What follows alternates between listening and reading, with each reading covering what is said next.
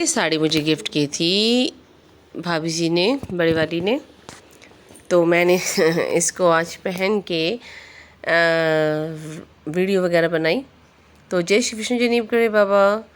ये हमारी रक्षाबंधन की कुछ पिक्स हैं बंटी भाई के साथ। फिर हम आ गए दीपावली पर। ये आंवला नवमी मैंने बनाई थी 2024 में। एंड फिर हमने किया था तुलसी विवाह। तो ये हमारे प्यारे शालीग्राम देवता जो कि दूल्हे बनाए थे, बहुत खूबसूरत लग रहे हैं।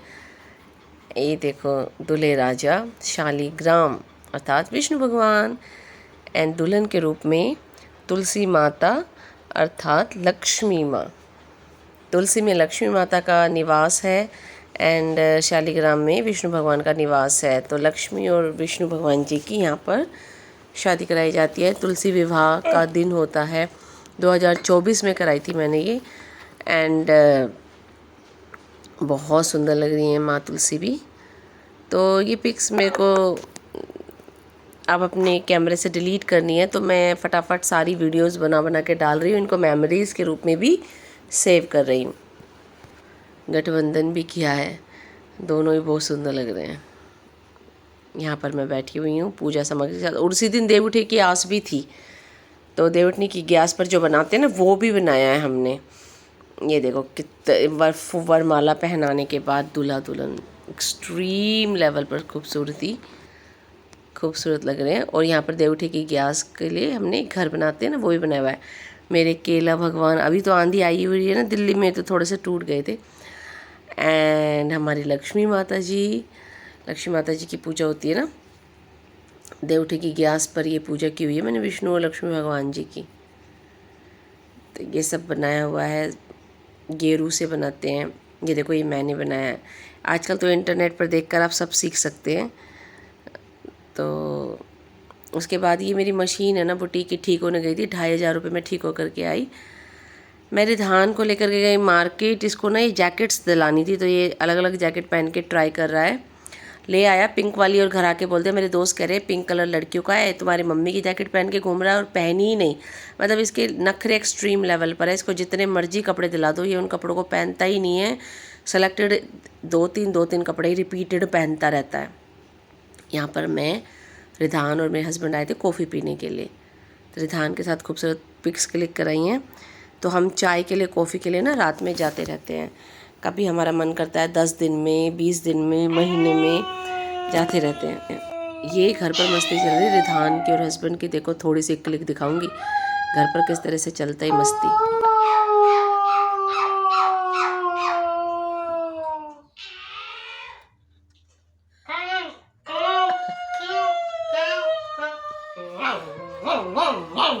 इधर दूसरी तरफ से वो रिधान कर रहा है और कैमरा देखते ही छुप जाता है।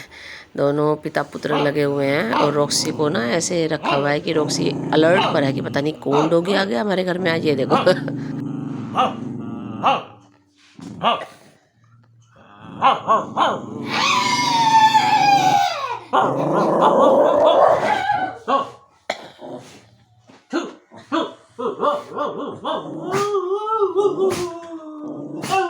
और रॉक्सी को यहाँ छींकने की बीमारी है। जब भी कोई इसे चैलेंज करता है ना, ये 10, 20, 50 तो छींके मार देती है। डरपोक बहुत है ये।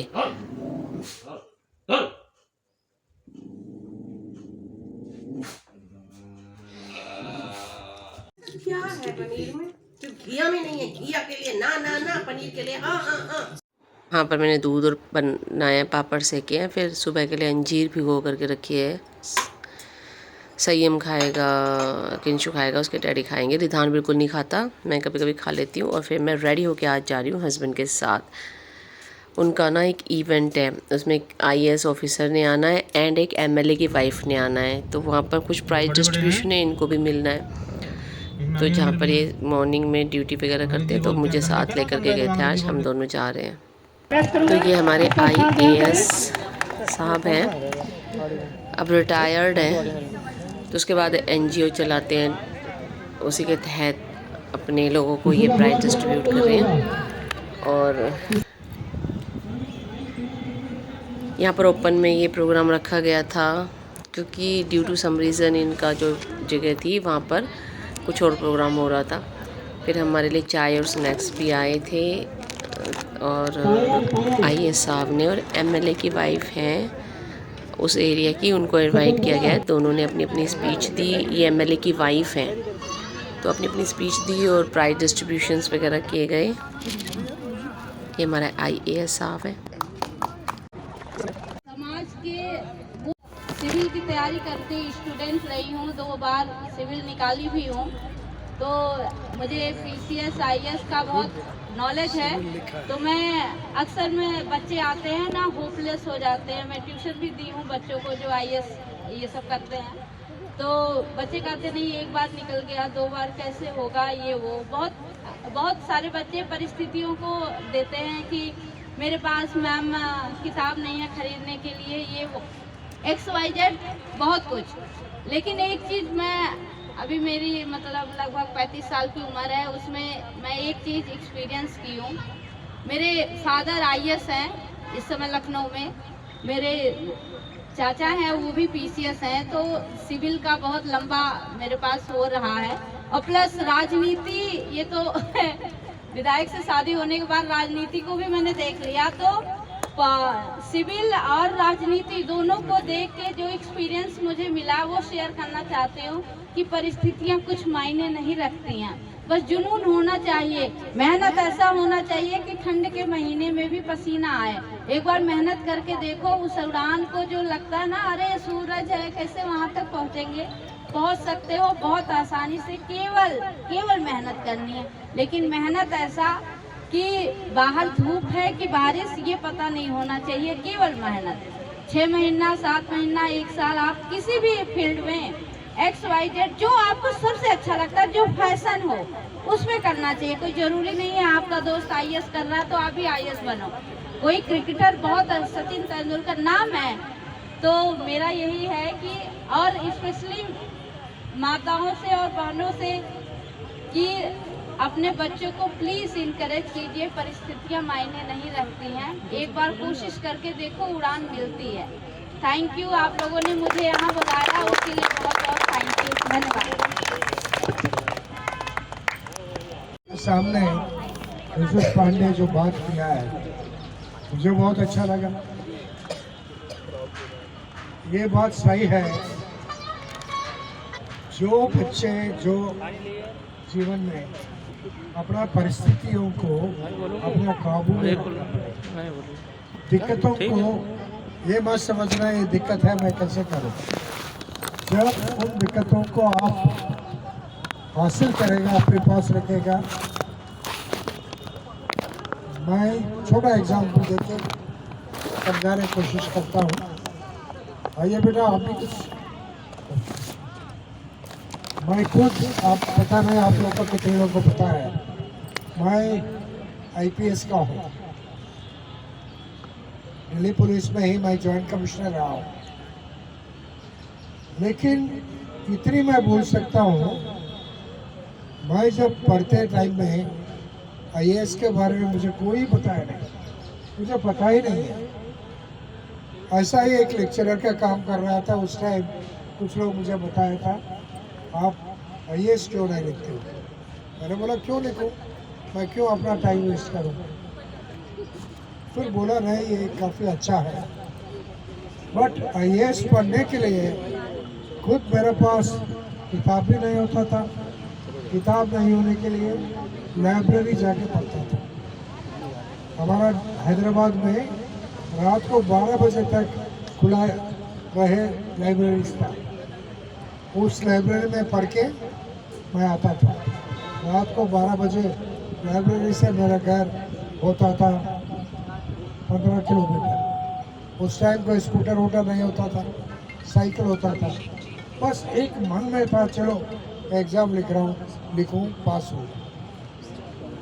ये मेहनत मैंने 3-4 महीने किया है, और 3-4 महीने मैंने कोई कुछ सोचा नहीं है, एक ही टारगेट, जैसे बोला है ना मच्छी की एक ही तरफ ध्यान रख रहा है, एक ही टारगेट रख के चलाया। मेरा सेहत खराब हो गया लेकिन एग्ज़ाम पास हो गया, पास करके ज़िंदगी अभी आगे आप लोगों के साथ। कोई भी चीज़ करने के लिए आप लोग जरूर, एक डिटर्मिनेशन बहुत जरूरी है। कल मैंने एक जगह गया था, ये सारियों को इंटरेस्ट देगा। आजकल नेशनल इंस्टीट्यूट है सोशल डिफेंस, उनमें बच्चों को ट्रेनिंग दे रहा है। 10वीं जो पास करते हैं ना, उनको 3 महीने का ट्रेनिंग दे रहा है। 10वीं पास करने वाले वो 3 महीने का ट्रेनिंग, कोई चार्ज भी नहीं कर रहा है, और 3 महीने उसको खाना और रहने के तो नहीं है, उसको खाना एंड पढ़ाई सब कुछ वो लोग करा रहे हैं। 2 महीने पढ़ाते हैं, 1 महीने हॉस्पिटल में ट्रेनिंग देते हैं। ये ट्रेनिंग होने के बाद उन सबको 15,000 जैसा पे का काम मिल रहा है। मुझे वो बच्चों को देख के बहुत अच्छा लगा। उसमें जानवरपुर अलग अलग जगहों से भी बच्चे उधर सीख रहे हैं। आप सब लोग इधर उधर देखना नहीं, आप सब लोग लाइफ में मैं क्या कुछ करके सेटल हो सकता वो सोचकर आगे बढ़ेगा तो बहुत कुछ होगा। धन्यवाद। और ये जो हमारा टीम है, दिनेश स्थान प्राप्त किया है राजकुमार। राजकुमार कौन है? इससे समाज देश सब बदल सकता है, ठीक है, तो इसका ध्यान रखना। इसके पश्चात हम संविधान वाली जो रेस में थी उसमें प्रथम स्थान प्राप्त किया है चंदा। क्लैप फॉर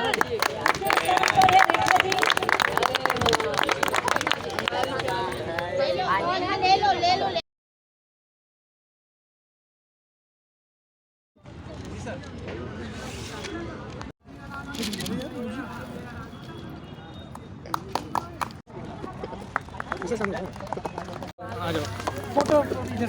प्रोग्राम कंप्लीट होने के बाद एमएलए की वाइफ के साथ मैंने फ़ोटो क्लिक कराए।